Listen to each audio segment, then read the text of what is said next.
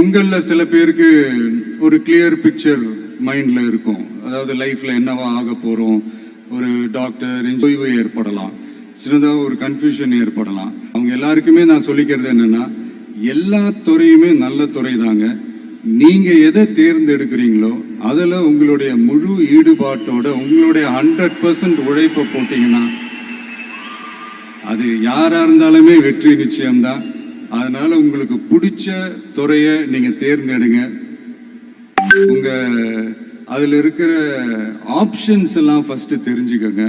உங்கள் பேரண்ட்ஸ் கிட்ட டிஸ்கஸ் பண்ணுங்க, உங்கள் ஸ்கூல் டீச்சர்ஸ் கிட்ட டிஸ்கஸ் பண்ணுங்க.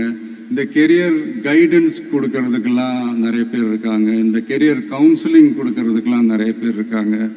அவங்க எல்லாரையும் மீட் பண்ணுங்க. இந்த மாதிரி ஒரு சந்தர்ப்பத்தில் நான் என்னுடைய ஒரு சின்னதாக ஒரு கெரியர் கைடன்ஸ் உங்ககிட்ட ஷேர் பண்ணணும்னு ஆசைப்படுறேங்க. பொதுவாக நம்ம ஒரு துறையை தேர்ந்தெடுக்கும் போது அதில் எவ்வளோ டிமாண்ட் இருக்குது அப்படின்றத நம்ம பார்ப்போம் இல்லையா. ஃபார் எக்ஸாம்பிள், மருத்துவம் பொறியியல் மட்டும்தான் நல்ல ஃபீல்டுன்னு சொல்லலாம். உலகத்தரத்தில் டாக்டர்ஸ், இன்ஜினியர்ஸ், லாயர்ஸ்லாம் அதிகமாகவே இருக்காங்க. இங்கே நம்மக்கிட்ட என்ன இல்லை அப்படின்னா, இங்கே நமக்கு எது இன்னும் அதிகமாக தேவைப்படுது அப்படின்னா நல்ல தலைவர்கள்.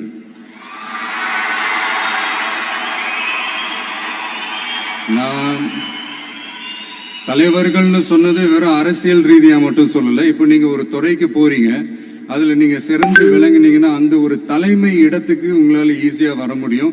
அதைத்தான் நான் சொன்னேன், இன்னும் நமக்கு நிறைய தலைவர்கள் தேவைப்படுறாங்க அப்படின்ட்டு.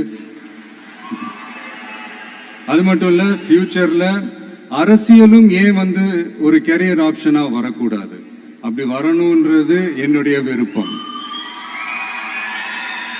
நல்லா படிச்சவங்க அரசியலுக்கு வரணுமா வேண்டாமா? உங்களை தான் கேட்கிறேன். நல்லா படிச்சவங்க அரசியலுக்கு வரணுமா வேண்டாமா? நல்லா படிச்சவங்க தலைவர்களாக வரணுமா வேண்டாமா?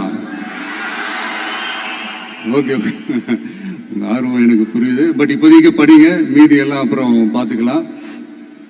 அதே மாதிரி நீங்க படிக்கும் போதே மறைமுகமாகவே நீங்க அரசியல்ல ஈடுபட முடியாது. எப்படின்னா, ரொம்ப சிம்பிள். நீங்க ஒன்றும் இல்லை, நீங்க டெய்லி இந்த நியூஸ் பேப்பர்லாம் படிங்களேன். படிக்க படிக்க உங்களுக்கே தெரியும், ஒரே செய்தியை ஒரு நியூஸ் பேப்பர் ஒரு மாதிரி எழுதுவாங்க, அதே செய்தியை இன்னொரு நியூஸ் பேப்பர் இன்னொரு மாதிரி எழுதுவாங்க. ஒரு செய்தியை ஒரு நியூஸ் பேப்பர்ல ஃப்ரண்ட் பேஜ்ல ஹெட்லைன்ஸ்ல போடுவாங்க, அதே செய்தியை இன்னொரு நியூஸ் பேப்பர்ல கடைசி பக்கத்துல கூட போட மாட்டாங்க. நீங்க நியூஸ் வேற, ஒப்பீனியன் வேற, செய்தி வேற, கருத்து வேறங்கிறது உங்க எல்லாருக்குமே தெரிய வரும். இப்பெல்லாம் பார்த்தீங்கன்னா நிறைய இந்த மெயின் ஸ்ட்ரீம் மீடியாவுக்கு ஈக்குவலாக நிறைய இந்த சோஷியல் மீடியா சேனல்ஸ்லாம் இந்த நல்லது கெட்டதுன்னு இந்த ஒப்பீனியன்லாம் கிரியேட் பண்ணுறாங்கல்ல.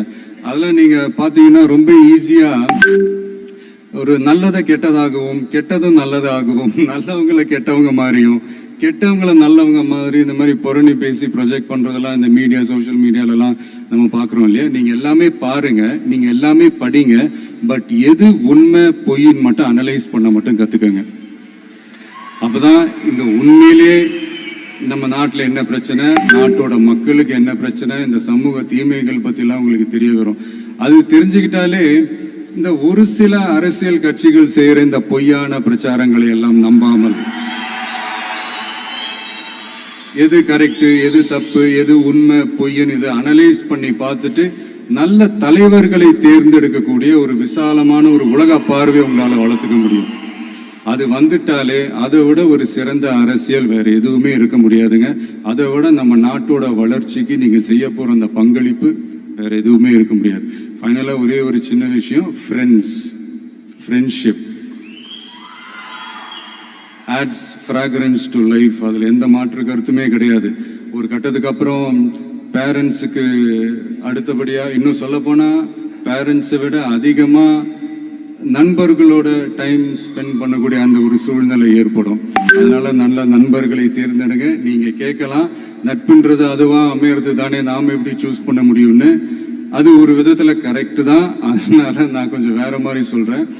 இப்போ உங்களுடைய இந்த நட்பு வட்டாரத்தில் இப்போ ஏதோ ஒரு விஷயம் தப்பாக இருக்குது அப்படின்னா, இப்போது அதில் சில பேர் இந்த தவறான பழக்கங்களில் ஈடுபட்டிருந்தாங்கன்னா முடிஞ்சால் அவங்கள நல்வழிப்படுத்த பாருங்கள்.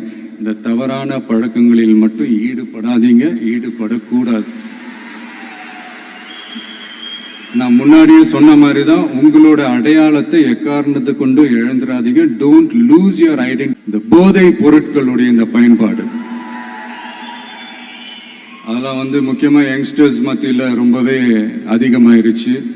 ஒரு பெற்றோர் என்ற முறையில், ஒரு அரசியல் இயக்கத்துக்கு தலைவர் என்ற முறையில் எனக்குமே ரொம்ப அச்சமாக தான் இருக்கு. சொல்லலாம், இப்போ வந்து இந்த போதை பொருட்கள்லாம் இதெல்லாம் கண்ட்ரோல் பண்ணுறது அரசோட கடமை. இதெல்லாம் வந்து யங்ஸ்டர்ஸ் இதிலேருந்து காப்பாற்றுறதெல்லாம் அரசுங்களோட கடமை. இப்போ ஆளும் அரசு அதெல்லாம் தவற விட்டுட்டாங்க அப்படின்றத பற்றிலாம் நான் இங்கே பேச வரல. அதுக்கான மேடையும் இது இல்லை. நான் என்ன சொல்ல வரேன்னா, சில நேரத்தில் அரசாங்கத்தை விட நம்ம லைஃப்பை நம்ம தான் பார்த்துக்கணும், நம்மளுடைய சேஃப்டியை நம்ம தான் பார்த்துக்கணும். ஸோ உங்களுடைய செல்ஃப் கண்ட்ரோல், உங்களுடைய செல்ஃப் டிசிப்ளின் அது மட்டுமே வளர்த்துக்கோங்க. Say no to temporary pleasures, say no to drugs. எனக்காக இது ஒரே ஒரு வாட்டி ரிப்பீட் பண்றீங்களா? Say no to temporary pleasures, say no to drugs. No, ஒரே ஒரு வாட்டி please. Say no to temporary pleasures. Say no to drugs. Thank you. இந்த உறுதிமொழியை நீங்க எல்லாரும் எடுக்கணும்ட்டு நான் ரொம்ப தாழ்மையுடன் கேட்டுக்கிறேன். மற்றபடி வேற ஒன்றும் இல்லை. இந்த தேர்வில் தேர்ச்சி பெற முடியாதவங்க, நினைச்ச மாதிரி மார்க்ஸ் எடுக்க முடியாதவங்க ஒன்றும் லைஃப்ல எதுவும் டிசப்பாயிண்ட் ஆகாதீங்க. வெற்றி தோல்வி ரெண்டுமே ஈக்குவலா பேலன்ஸ் பண்ணி போக கத்துக்கிட்டாலே போதும். தோல்வி நம்ம கிட்ட வர்றதுக்கே பயப்படும். Success is never ending, failure is never final. So இது மட்டும் புரிஞ்சுக்கோங்க.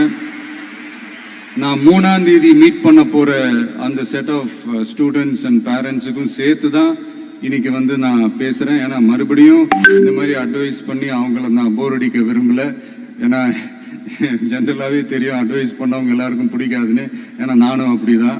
அதனால ஸோ அன்னைக்கு வந்து டைரக்டாக நம்ம வந்து ஸ்டூடெண்ட்ஸை கௌரவிக்கிற அந்த நிகழ்ச்சிக்கு நம்ம போயிடலாம். So thank you. மீண்டும் சந்திக்கும் வரை நன்றி, வணக்கம்.